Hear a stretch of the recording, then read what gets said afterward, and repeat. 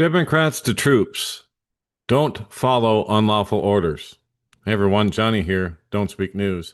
Well, that's Senator Mark Kelly there on the screen, joining other senators, Democratic senators in this case, to say to the troops that they should not follow unlawful orders, such as,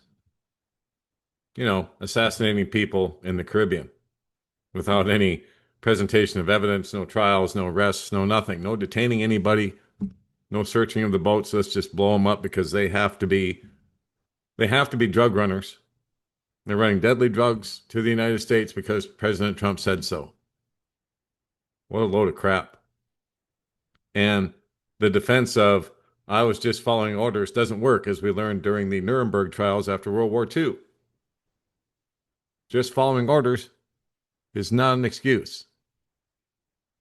Especially if you know that the orders are absolutely illegal, like it would be to just go ahead and assassinate people in the Caribbean with no evidence, no charges, just an assumption of guilt because they're in the wrong place at the wrong time.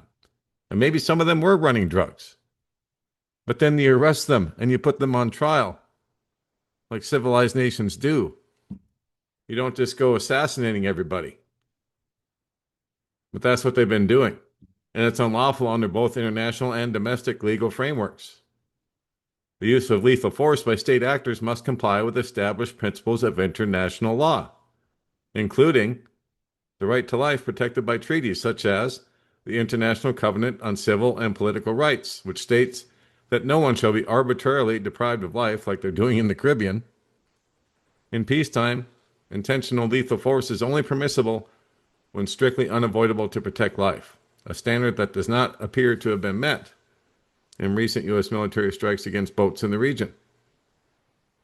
So, in September 2025, the U.S. conducted a lethal strike in the Caribbean, killing 11 people suspected of drug smuggling without attempting any interdiction or detection. The action has been widely criticized as a violation of the prohibition on assassinations under Executive Order 12333, which bans U.S. government employees from engaging in assassination. Legal experts argue that even if the targets were members of criminal organizations, like the Tren de Aragua gang, they remain civilians under international law and cannot be lawfully targeted outside the context of an armed conflict. So, in other words, if they were driving a Venezuelan Navy boat and we were officially at war with Venezuela, then they would be able to strike that boat legally, but they were not. And we're not at war with Venezuela. It has not been declared by Congress, which is a requirement for all of those who out there who say they love the Constitution. And it's absolutely been shredded at this point. It's null and void. And just like George Bush Jr. said back in 2004-ish, the Constitution is just a GD piece of paper. And he's right, because it is just a piece of paper with ink on it. Unless somebody actually enforces what it says. And they don't, and they haven't done that for years, decades. More than that. Everything got changed in 1871. But I'm not here to get into that today. What I'm here is to talk about these Democrats telling the troops to not follow unlawful orders, and that's correct. But the reason they're doing it is not. The reason they're doing it is to foment civil war and more civil unrest in this country. That's the reason they're doing it. I don't think they're being virtuous here at all. Now there's more death threats and more chaos that way. So I don't believe they're doing this for virtuous reasons. Because none of these people are virtuous. None of them. They've all got something on them, or they wouldn't be in the positions they're in. So I'm not sitting here pretending that the Democrats are being virtuous here. It's not that. It's to help keep the division going and make it even wider in the nation, because that's what's happening. Now you've got people on both sides of this argument, right? Well, we're told that we're supposed to disobey unlawful orders, as hard as it might be, just as they had to do when the COVID jabs came out. and it was mandated that the military personnel all take them. And that's what this movie trailer here is all about over on BitChute, the duty to disobey. And I'll link up to this video, and put it together with this one because they go hand in hand. They had a duty to disobey for their very souls, even, as we know what these jabs really are. Your eternal life is on the line with these things, and they disobeyed for very good reasons.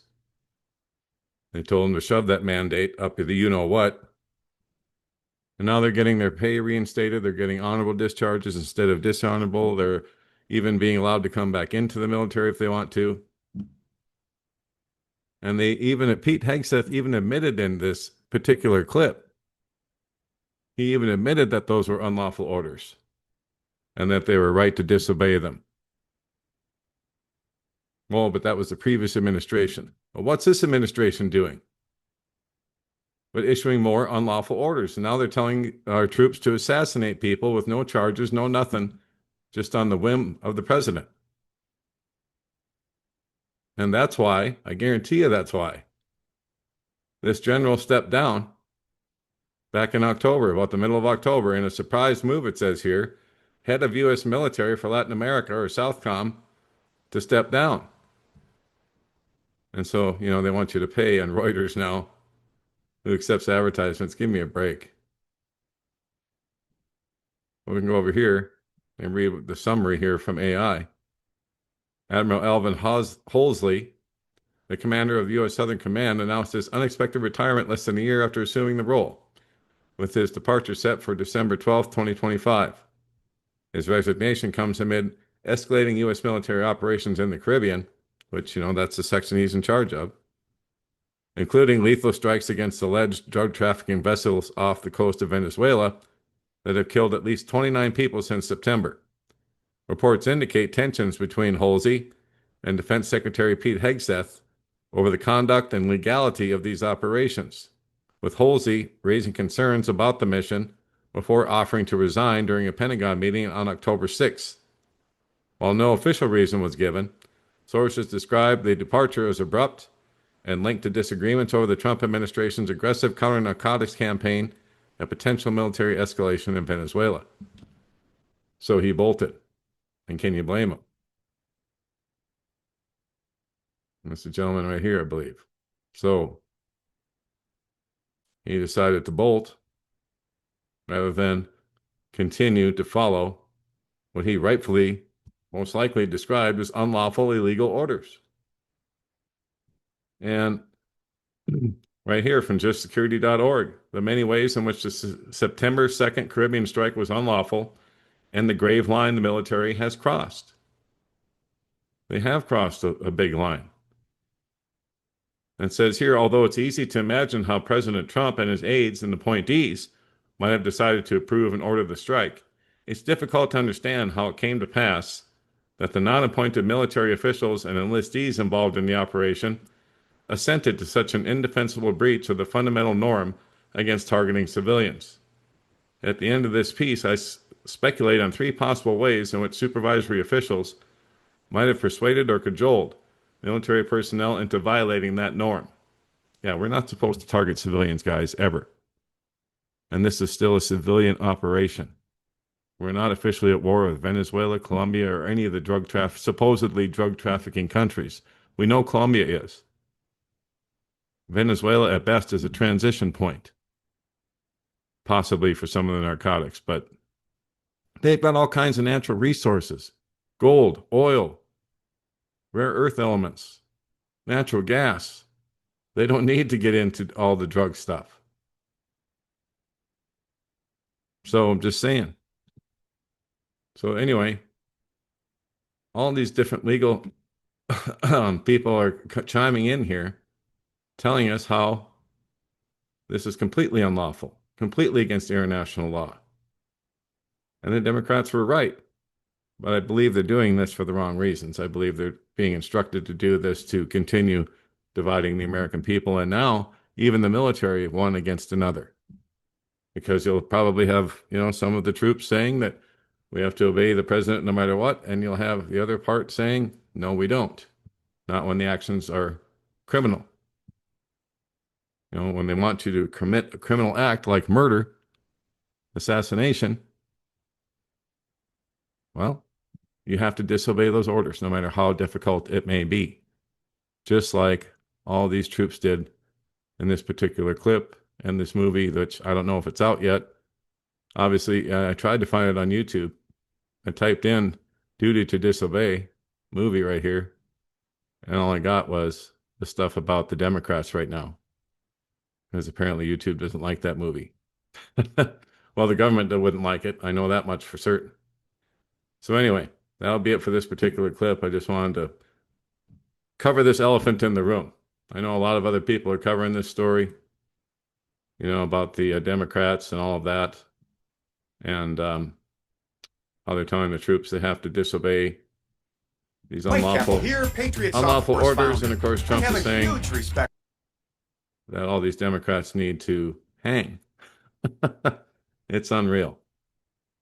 And it's part of the script, I'm sure. And they're just playing it out just like a WWE television episode. So there we go. That will be it for now.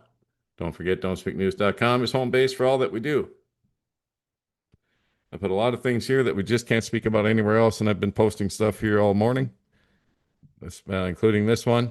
Trump is from an Illuminati bloodline called the Holy Bloodline with Fritz Springmeier. You can check that out on the website.